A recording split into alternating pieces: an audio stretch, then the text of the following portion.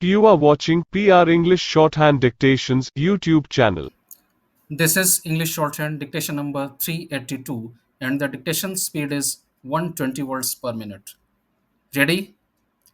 Start. Honorable Speaker, Sir, I thank you for giving me an opportunity to speak on the Jammu and Kashmir Local Bodies Laws Amendment Bill 2024. Sir, I think India is probably the only country where people are discriminated from their birth itself.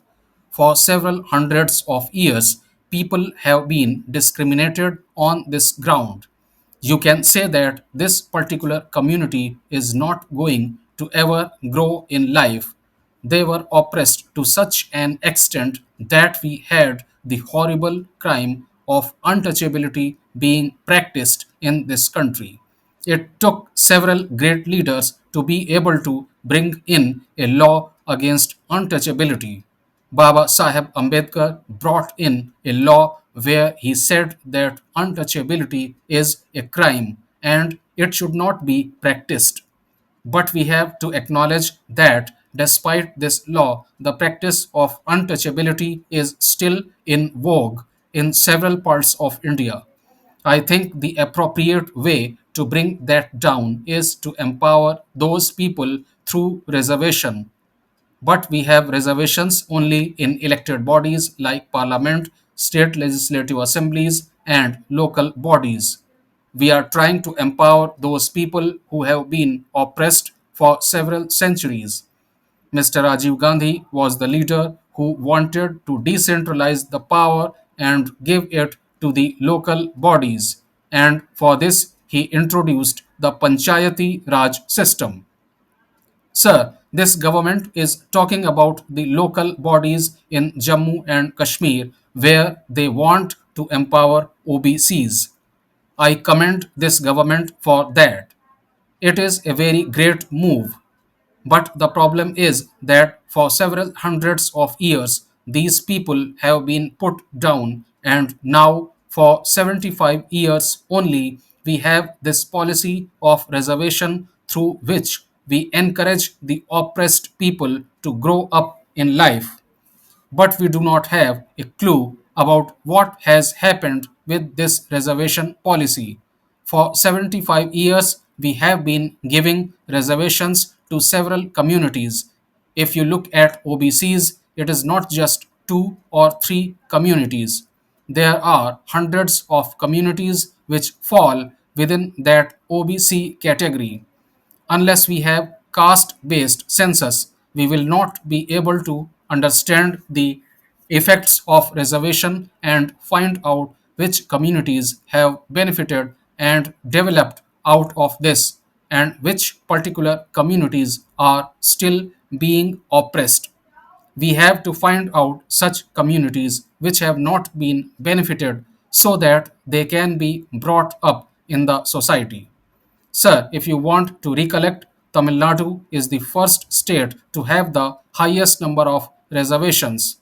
We have 69% reservation, and we feel that proportionate reservation is necessary.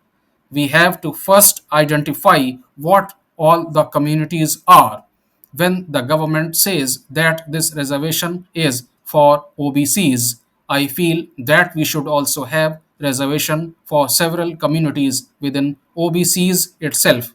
The government of India has a creamy layer concept. They say that if a person of one generation has grown or graduated, his son is not eligible for these benefits. The government should understand that these communities have been oppressed for hundreds of years, but they are saying that if one particular family has got the benefits of reservation, these benefits should not be given to the next generation of that family. So, I would suggest that this government, which has brought in the concept of creamy layer, should say that those who are not from the creamy layer would be given the first preference, and that reservation quota should be reserved for those people even if they are from the creamy layer, and it would be provided to them. Sir, I also want to say that in the railway recruitment, in order to overcome the reservation policy, they have gone for two examinations. Sir, these are the points which are being raised regarding this. The government was talking about empowering OBCs. If they really want to have reservation happening in respect of OBCs to the people who deserve it, we need to have a caste based census. In 2019, when Article 370 was abrogated, we opposed it because we felt that India is more of a continent where we have several regions speaking different languages and we have our own cultural identities. It is great to say that we are one nation. We are all part of the nation. If you talk about Tamil Nadu, we will say that we are Tamils first and Indians next. But if you come within Tamil Nadu and go to Madurai, the Madurai person will say that I am a Madurai person first and then only a Tamil. So, these are certain identities which we are living with, and that identity should be respected. When we oppose the abrogation of Article 370, we are saying that each and every state in this country, be it UP, be it Tamil Nadu, or be it Kerala, should have their freedom and independence to run their states the way they want to. You cannot say that we can have one concept of nation and that every state in this country should be following that concept.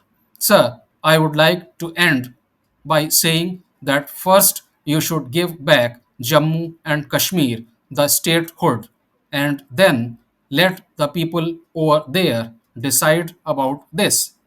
As a country, what you could probably do is to have a caste based census. If a state government does it, it is only called a survey and it will not be officially acknowledged. So, I would like to ask this government whether a caste based census is on their agenda or not.